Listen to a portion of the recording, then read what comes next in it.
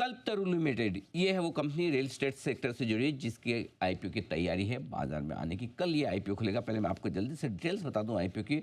24 से 26 तारीख के बीच में आईपीओ खुला रहेगा और प्राइस बैंड तय हुआ है 387 से 414 रुपये का। 38 शेयरों के लॉट में आप अप्लाई कर सकते हैं और टोटल इशू साइज है करीबन 1590 करोड़ की और कंपनी का मार्केट कैप होता है ऊपरी बैंड पर 8500 करोड़ से कुछ ज़्यादा। दो खास मेहमान हमारे साथ कार्यक्रम में हो रहे हैं शामिल। पराग मुनोत साहब हैं जो कंपनी के मैनेजिंग डायरेक्टर हैं और आपने कार्नेगी मेलन यूनिवर्सिटी पेंसिल्वेनिया से आपने साइंस में मास्टर्स की डिग्री हासिल की है और 33 साल से ज़्यादा लंबा गहरा अनुभव आपका रियल एस्टेट सेक्टर का है ही। साथ ही चंद्रशेखर जोगलेकर साहब भी हमारे साथ कार्यक्रम में हो रहे हैं शामिल, जो कि कंपनी के सीएफओ हैं, चार्टर्ड अकाउंटेंट हैं। बॉम्बे यूनिवर्सिटी से आपने कॉमर्स में ग्रेजुएशन की डिग्री हासिल की है और साथ ही 31 साल से ज़्यादा लंबा गहरा अनुभव उनका है सीए प्रोफेशन का, जिसमें 28 साल उन्होंने रियल एस्टेट सेक्टर में ही बिताए हैं और 2004 से 21 सालों से कंपनी के साथ है। Quite long time. ओके, दोनों खास मेहमान हमारे साथ स्टूडियो में हैं। आप दोनों का बहुत बहुत स्वागत है। धन्यवाद समय देने के लिए, धन्यवाद स्टूडियो में आने के लिए। मुनोत साहब, पहले आपसे शुरुआत करना चाहता हूँ। किस तरह का बिजनेस मॉडल आपकी कंपनी का है कल्पतरु लिमिटेड का, पहले ये समझाएं हमारे दर्शकों को। Thank you Anil ji, thank you Zee Business and आपके दर्शकों को मेरा ग्रीटिंग्स। कल्पतरु 55 साल से है इस बिज़नेस में। मोस्टली रेसिडेंशियल करते हैं हम एंड हम लोग ने लास्ट 55 साल में जो 75 प्रोजेक्ट्स कंप्लीट किए हैं across micro markets of Mumbai, सब में किए।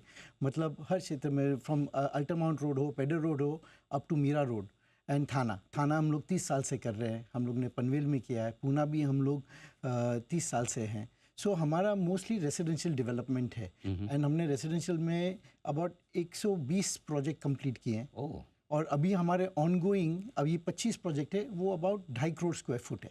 ओके। एंड फोर्थ कमिंग, मतलब जो 6 से 12 महीने में लॉन्च हुए हैं या होने वाले नेक्स्ट 12 महीने में, वो है अबाउट 6 प्रोजेक्ट, वो है 1 crore 60 lakh square foot. Okay. And planned जो है अबाउट 80 लाख फुट है, वो भी 12 से 24 महीने में लॉन्च हो जाएंगे। ये 5 करोड़ फुट जो है, इट्स विद द कंपनी, हमारे साथ है। इसमें से 75% is own by us, all land paid. अच्छा। No encumbrances, nothing, no zoning, बस हमें काम करना है। एंड 25% है जो हमने जॉइंट वेंचर, जेडी और रीडेवलपमेंट जो मुंबई में अभी बड़ा तेज़ी से बढ़ रहा है, उसमें हमारा फोकस है। तो मनोज साहब, जो मैंने सुना है, क्योंकि मुंबई में तो कल्पतरु का नाम सब लोग जानते पहचानते, कहते कि अगर एक बिल्डिंग कल्पतरु की है यहाँ पर, उसके पास में कोई दूसरी बिल्डिंग है, तो आप लोग 15 से 20% प्रीमियम ज़्यादा चार्ज करते हैं अपने नाम की क्वालिटी का। ये सही है? हम लोग जो प्रोडक्ट देते हैं कि हम लोग देखें कि कस्टमर का जो एक्सपीरियंस है वो एकदम सही होना चाहिए। उसमें जो फैसिलिटीज़ होती है तो उसका कॉस्ट तो ज़्यादा लगता ही है, कंस्ट्रक्शन क्वालिटी वगैरह, क्योंकि कई बार आर्किटेक्ट भी कहते हैं कि आपकी दीवारों में कील ठोकना बड़ा मुश्किल काम है। तो ये क्वालिटी की प्रीमियम है। आइए कुछ फाइनेंशियल्स पे भी बात करते हैं। 1590 करोड़ का आपका इशू है और सारे के सारे पैसे कंपनी में जा रहे हैं। यस, प्राइमरी है पूरा। कैसे इस्तेमाल करने वाले हैं सर? वो 1590 करोड़ पूरे प्राइमरी है और सारे कंपनी में जाएंगे। ऑफर फॉर सेल कुछ भी नहीं है और 1590 में से लगभग 1200 करोड़ रुपए जाएंगे, 1192 प्रिसाइजली 1200 करोड़ लगभग जाएंगे डेट रिपेमेंट में और बाकी के जो 398 या 400 करोड़ लगभग जो है वो बिजनेस डेवलपमेंट और कॉर्पोरेट के लिए जाएंगे। बिल्कुल। जोगलेकर साहब, एक बार आपसे कंपनी के फाइनेंशियल्स पे भी राय लेना चाहता हूँ, क्योंकि पिछले 3 सालों में फाइनेंशियल्स आपके जो लॉस मेकिंग भी दिखा रहे हैं और थोड़े रेवेन्यू में कहीं कहीं कमी भी आई है। ज़रा समझाएं कि जो मैं DRHP में पढ़ रहा था कि आपने अकाउंटिंग मेथड को चेंज किया है, क्या बदला है, इसका अब तक क्या असर है और आगे क्या इम्पैक्ट होगा, ये ज़रा समझाइए। हाँ, तो व्यूअर्स को ये जानना जरूरी है कि रियल एस्टेट सेक्टर का अकाउंटिंग किस तरह से किया जाता है। 2 तरीके हैं। अगर कोई डेवलपर जैसे कि कल्पतरु है, अगर प्रोजेक्ट कंप्लीशन मेथड फॉलो करती है, इसका मतलब ये होता है कि जब प्रोजेक्ट का लाइफ साइकिल अगर 4 साल का हो, बॉम्बे में जनरली हाई राइजेस होते हैं 4-5 साल लग ही जाते हैं, 4-5 साल लगे, तो वो प्रोजेक्ट चालू होने से बिकने को तो चालू हो जाता है, जैसे ही चालू होता है बिकने को चालू होता है, लेकिन उसका जो सेल्स है वो sales profit and loss account में रिकॉग्नाइज तब तक नहीं होता जब तक कि वो प्रोजेक्ट कंप्लीट नहीं होता, जब तक ओसी ना आ जाए, ओसी ना आ जाए और हम लोग ऑफर कंपोजिशन को ऑफर नहीं करें कस्टमर को, तब तक वो सेल आता नहीं। तो सेल एक ही साल में आ जाता है। अच्छा। जिस साल में पूरी ओसी आ जाती है उस प्रोजेक्ट की, तो चौथे साल पकड़िए या 5वें साल पकड़िए। अब 2022 से जो भी प्रोजेक्ट चालू किए हमने, लगभग 1 करोड़ स्क्वायर फुट के हमने 2022 के बाद प्रोजेक्ट चालू किए। ओके। ज़्यादातर रेसिडेंशियल। तो वो प्रोजेक्ट में ये प्रोजेक्ट कंप्लीशन मेथड फॉलो हुई है। Correct. इस वजह से अभी उसका ये चौथा साल होगा 2026 का। अब रेवेन्यू आना शुरू होगा। 26 और 27 चौथा और पांचवा साल होगा। तो अब उन लगभग 11-12 प्रोजेक्ट्स है, उसका रेवेन्यू अभी रिकॉर्ड होने चालू हो जाएगा। करेक्ट। इसके वजह से होता यह है कि अकाउंटिंग स्टैंडर्ड्स ये कहते हैं कि जो भले रेवेन्यू आपका नहीं हो, लेकिन उन प्रोजेक्टों के ऊपर जो भी खर्चा किया वो हो, तो लेना ही पड़ेगा। ओवरहेड एक्सपेंसेस हो, ब्रोकरेज हो, सेल्स हो, मार्केटिंग हो, वो उसी साल में जिस साल खर्चा हुआ उसी साल में प्रॉफिट एंड लॉस अकाउंट में आना चाहिए।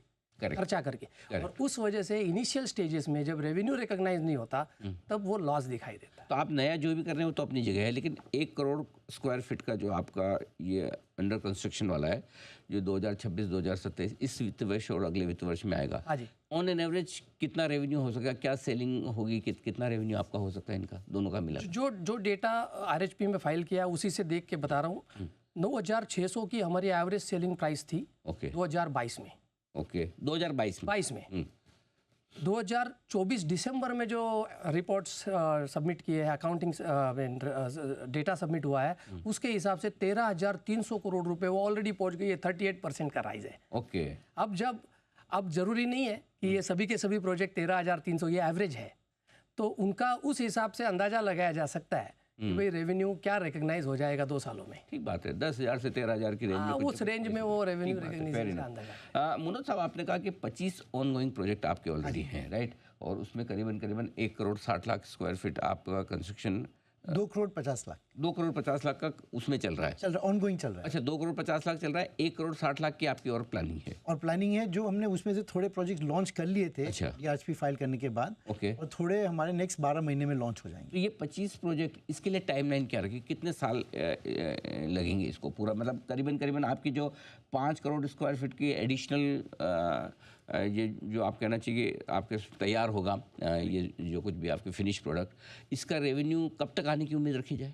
करेक्ट। सो इसमें से जो ऑनगोइंग है, जो 2.5 करोड़ फुट है, उसके नेक्स्ट 3-4 साल में रेवेन्यू आनी चालू होगी। और जो हमने अभी जो फोर्थ कमिंग जो लॉन्च किए हैं वो नेक्स्ट 4th-5वें साल में। सो अभी एवरी ईयर रेवेन्यू रिकग्निशन आने, मतलब वो साइकिल शुरू हो चुकी है। 3 साल का जो गेस्टेशन पीरियड था वो खत्म हो गया। अब 26, 27, 28 हर साल में आपके प्रोजेक्ट कंप्लीट होते रहेंगे। ये होता प्लस जो नए प्रोजेक्ट अनिल जी ऐड होंगे वो इसमें है नहीं। अच्छा, जो हम नए प्रोजेक्ट्स लेंगे वगैरह वो भी तो आते जाएंगे आगे। बात है। अच्छा, एक चीज़ और समझाएं सर, क्योंकि आप जो 1,600 करोड़ है आ रहे हैं, तो एक तो डेट रिपेमेंट मेजर आपका है, तो कितना डेट रिपेमेंट करने वाला, कितनी सेविंग होगी इससे? तो अब डेट की बात चल रही है करके बताना चाहता हूँ व्यूअर्स को कि रियल इस्टेट ये कैपिटल इंटेंसिव बिजनेस है, और ऊपर से अगर वो मुंबई में या MMR में किया जाए तो प्राइसेस ज़्यादा होती है, इसके लिए वो ज़्यादा कैपिटल इंटेंसिव है। तो प्रोजेक्ट के शुरुआत में डेट ये बड़ा इंपॉर्टेंट कॉम्पोनेंट होता है प्रोजेक्ट को कैपिटल प्रोवाइड करने का। दिसंबर के हिसाब से हमारी ग्रॉस डेट 11,000 करोड़ थी। उसमें से 900 करोड़ रुपए, 922 करोड़ रुपए प्रमोटर ने जो CCD डाले वो उसमें ही है, वो 11 में। वो CCD बाद में मार्च में कन्वर्ट हो गए इक्विटी में। मैं उस पर बाद में आऊँगा। और 900 करोड़ रुपए के कैश बैंक बैलेंसेस थे बैलेंस शीट पे दिसंबर 24 के हिसाब से। तो इसके वजह से नेट डेट जो कि देखी जाती है रियल इस्टेट में वो 9,200 करोड़ थी। राइट। अब जब IPO होगा तो 1,200 करोड़ उसमें से कम हो जाएंगे, क्योंकि उसमें से डेट रिपेमेंट होगी। और उसके बाद ये जैसे हमने थोड़े टाइम पहले बोला कि 1 करोड़ स्क्वायर फीट के प्रोजेक्ट्स अभी रेवेन्यू रिकग्नाइज करेंगे, कैश फ्लो रिकग्नाइज करेंगे आगे के 2 साल में, उसमें से भी reasonable amount of debt repay होती जाएगी ऑटोमेटिक बेसिस पे। तो 3.5 टाइम आपका डेट इक्विटी रेशियो 3.7 के टाइम, अगर ये CCD को एडजस्ट कर दे तो 3.7 के हिसाब से आता है। तो इसको कहाँ आप कंफर्टेबल लेवल देखते हैं 2 साल आगे तक कि ये लेवल रहेगा तो हम कंफर्टेबल हैं? तो मैं अभी इमीडिएट की बात करूं तो 3.7 जो डिराइव हुआ दिसंबर का, CCD को हमने इक्विटी कंसिडर कर लिया क्योंकि वो हो गई है मार्च में। राइट। जब IPO हो जाएगा 1,200 आ जाएंगे तो वो 2 के आसपास आ जाएगा, 2 के थोड़े नीचे ही आ जाएगा। ओके। और जब आगे IPO में ही आ जाएगा 2 के नीचे? IPO में ही 2 के नीचे आ जाएगा। और जैसे आगे 2 साल में जो बिजनेस से रेवेन्यूज और कैश फ्लो आएंगे उससे वो अपने आप कम होती जाएगी। और मनोज साहब, जो CCD की बात कर रहे हैं, कंपल्सरी कन्वर्टेबल डिवेंचर्स, जो आपने कन्वर्ट किया मार्च 2025 में 517 रुपये 25 पैसे के दाम पे, जबकि आपकी इशू प्राइस तो 414 की है। हाँ जी। राइट। तो प्रमोटर क्या ये समझे कि ज़्यादा प्राइस पे शेयर खरीद रहे हैं, कन्वर्ट कर रहे हैं बजाय IPO की प्राइस के? प्रमोटर को अपने बिजनेस पे बड़ा भरोसा है, तो इसलिए हमने जो सोचा था कि हम जो करना चाहिए कन्वर्जन हमने उसमें किया था। हमने सोचा कि हम लोग मार्केट में इन्वेस्टर्स के लिए और सबके लिए ऐसा प्राइसिंग लाए कि आगे ग्रोथ हो। आपके कुछ लैंड पार्सल्स भी हैं, 5 लैंड पार्सल अलग अलग शहरों में हैं, ठीक है। उसमें से शायद कुछ आप बेच रहे हैं या बेचना चाहते हैं, क्या वहाँ क्या प्लान है आपके, वो ज़रा समझाइए। सो ये जो हमने जो 5 करोड़ स्क्वायर फुट का है उसमें हमने ये लैंड पार्सल ऐड नहीं किया है, ये एडिशन है। ओके। ये एडिशनल जो लैंड पार्सल है जो मोस्ट ऑफ देम वो डेवलपमेंट में जाएंगे, बट वो प्लान के बाद जाएंगे या वो उसके अंदर आएंगे। एक आध दो अगर नॉन कोर होगा वो हम बेच देंगे, अगर उनकी ज़रूरत नहीं होगी, बट मोस्टली हम लोग डेवलपमेंट करेंगे। ओके, अच्छा आगे चलते हुए जैसे अभी आपका मैक्सिमम रेवेन्यू तो रेसिडेंशियल से ही है, हार्डली आपने कुछ प्रोजेक्ट्स कमर्शियल किए, राइट।